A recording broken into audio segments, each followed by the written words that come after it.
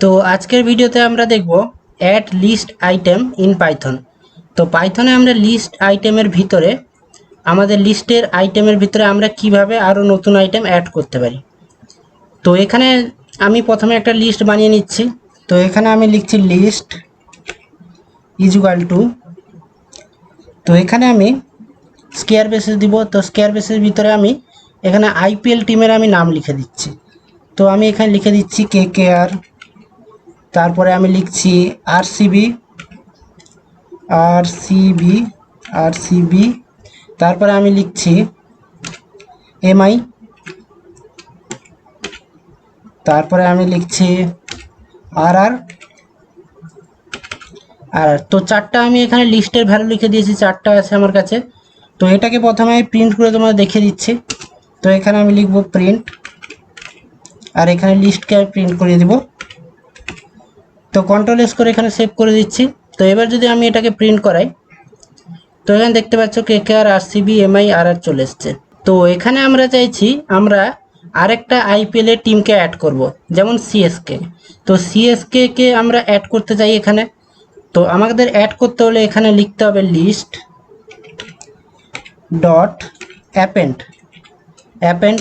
তো এরপর তোমরা রাউন্ড বেসিস দিবে। তো রাউন্ড বেসের ভিতরে আমরা এখানে ভ্যালু দিব যে আমরা কোন ভ্যালুকে এখানে আপডেট করতে চাই, মানে এর ভিতরে আমরা ইনসার্ট করতে চাই। তো এখানে আমি দিয়ে দিব CSK।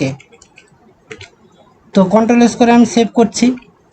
তো এবার যদি একে রান করাই, তো এখানে দেখতে পাচ্ছ KKR RCB MI RR আর CSK। তো CSK এর ভিতরে অ্যাড হয়ে গেছে আমাদের। কিন্তু অ্যাপেন্ডের একটা প্রবলেম হচ্ছে, আমরা যদি এখানে মাল্টিপল ভ্যালুকে অ্যাড করতে চাই, যেমন এখানে আমি দিয়ে দিচ্ছি RCB1, জাস্ট RCB1 আমি দিয়ে দিয়েছি। তো কন্ট্রোল এস করে যদি আমি সেভ করি আর এখানে রান করাই, তো এখানে দেখতে পাচ্ছ এখানে মাল্টিপল জিনিসকে আমরা অ্যাড করতে পারি না।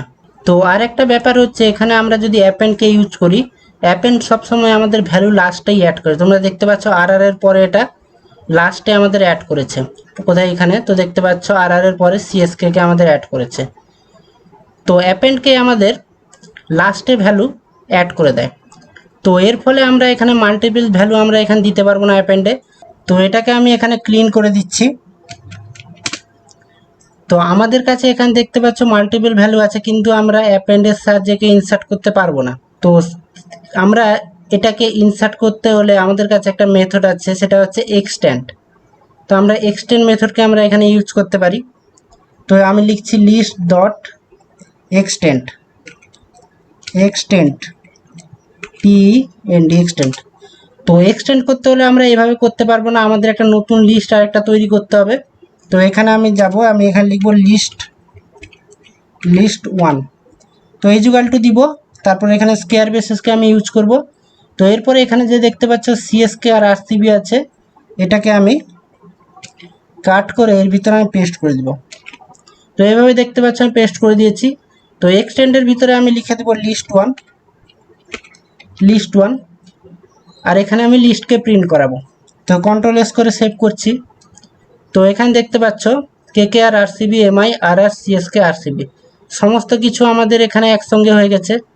তো আমরা একটা যদি ভ্যালু আমরা অ্যাড করতে চাই, তো আমরা অ্যাপেন্ড ইউজ করব। আর তারও আগের ভিডিওতে আমি দেখেছিলাম যে আমরা যদি স্পেসিফিক কোনো ইন্ডেক্সে আমরা ভ্যালু অ্যাড করতে চাই, তো আমরা এখানে ইনসার্টকে ইউজ করব। আর আমরা যদি মাল্টিপল ভ্যালু অ্যাড করতে চাই, তো তখন আমরা এক্সটেন্ডকে ইউজ করব। তো এই ভিডিওতে এতটুকুই। ভিডিওতে যদি কোনো সমস্যা থাকে অবশ্যই কমেন্ট সেকশনে জানাবে। আর ভিডিওটা ভালো লাগলে লাইক শেয়ার সাবস্ক্রাইব করবে। দেখা হচ্ছে পরের ভিডিওতে।